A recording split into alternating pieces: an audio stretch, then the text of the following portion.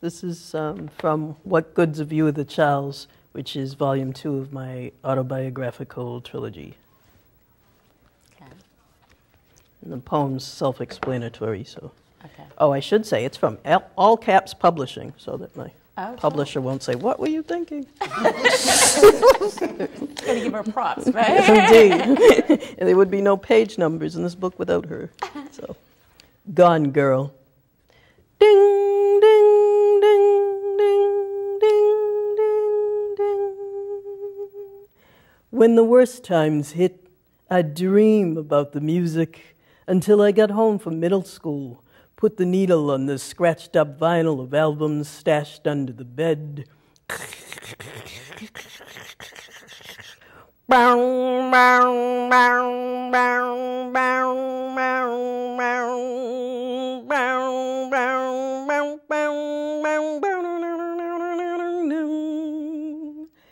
I hit 'em 'cause raised right black girls, with grandmothers, aunts, cousins, all being teachers, social workers, librarians, and other credits to the race. You see, girls like me were not permitted to listen to long-haired, freaky white boy rockers. Half my life's in books, written pages. I live and learn from fools and from sages. Ow, you know that's true. But there wasn't much positive to listen to outside. Neighborhood kids traded slurs, threats, and you sucks. School was just a place for organized abuse, where being good at words or even playing the triangle and tambourine made me a rotten egghead. All those feelings come back to you. But most of those yolk brains grew up to die young, or to rot the rest of their minds at any rate, sentenced to prison or drugs or what have you. So my misbehavior is surviving, listening to singers of my truths, whose words kept me alive and still keep me going. Anyhow, that's why now I don't much mind. Every time that I look in the mirror, all these lines on my face are getting clearer. The past it's gone, girl. So dream on, dream on, dream on, dream until your dreams come true. Lyrics by Steven Tyler, 1973. Very nice. So, what inspired that? What inspired that?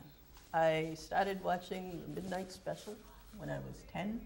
Mm-hmm. The poem actually, I was 9, I mean the song.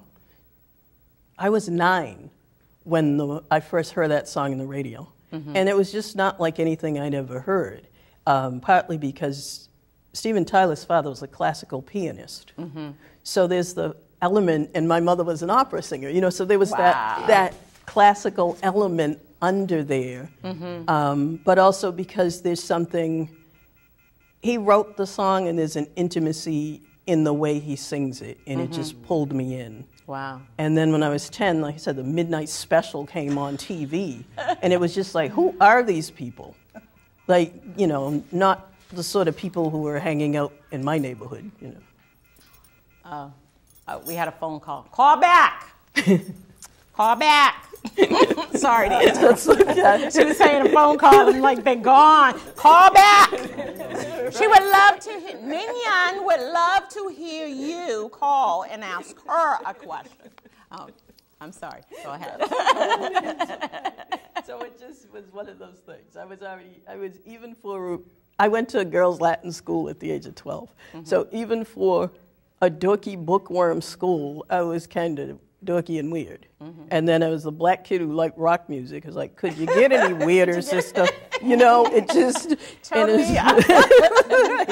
Like, no, I can't. Sorry. You know?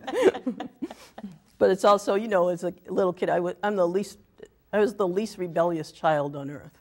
But there was that element of my wonderful, highly literate father saying, don't listen to that trash, that of course made me want to listen to that trash. It's like, I don't care, I'm not athletic, but I'll crawl under the bed for these. It's that word that we say to our kids, do not. Right. That's just like saying, go ahead, go ahead, go Yes. ahead. Do Exactly. that, please. Yes. Please. Yeah. Yvonne. Yes, I'm up. Yes, you're up. Okay. What I have for you today, the first one that I'm going to do. Before you do we'll take the call. Okay. Caller, comments, question? You're on the Willie Webb Show. Hello? Hello? No? Okay. Okay. This poem is about a beach that my family used to visit when I was a child, and every now and then I like to go back and visit it again. But over the years, there have been changes, just like anywhere else you go. So it's called South Cape Beach, land of the Wampanoag. It used to be a dirt road, perhaps more like packed sand, that formed a dust cloud as our tires rolled, and pebbles kicked against metal began their rhythmic song. Only nature's landmarks led to the sacred spot. No sign indicated its existence where we turned. Just Wampanoag friends in the know converged on these shores. Indigenous trees lining the sides reached into our cloud and brushed us as we passed. No gated estates and member-only communities carved into landscaped lots. We remember the flight of songbirds, the dash of cottontails, and all of Mother's creations living in harmony. Wrapped in imagery, lulled by song, only ceasing of metallic pings at road's end wakens us to our dispersing cloud, revealing a familiar song. A first light sachem greeting arrivals, a Wampanoag welcome with smile. Shell gatherers to the left, fishermen to the right, a well-known routine. No mid-road booth declared these shores state-owned. No posted hours confessed, creation closed. Salty sea air filled nostrils and sand shifting underfoot lugged coolers. And blankets attempting flight anchored quickly in choice beach spots with ocean-smooth rocks, same ones gathered by children of the first light. No boardwalk scent of pressure-treated pine, only driftwood and seagrass amongst the dunes. We walked over to catch fishing crab fresh on the line. We knew ocean's power, life it gave and took, yet children gathered seaweed, dived for rocks, swam with fish, eyed young ones, combed crashing waves. Respect for her kept us safe. No markers of ropes warned of nature's depth. Who are these lifeguards? What are these white towers lettered in red, lining Massapee shores? Shores still one with the Wampanoag. Nature guards her own. Familiar tribes once surrounded us as far as we could see. This was a healing place where we knew who we'd meet. Now we search with longing, and a sea of faces reminiscent of disease and extinction. But Metacomb still lives amongst his people. 2,000 plus strong, strengthened by affliction, rebirthing Wampanoag, unity of the mother tongue. We still live here. Aznute u ne aan. Nature guards her own. Massapee, we are still here.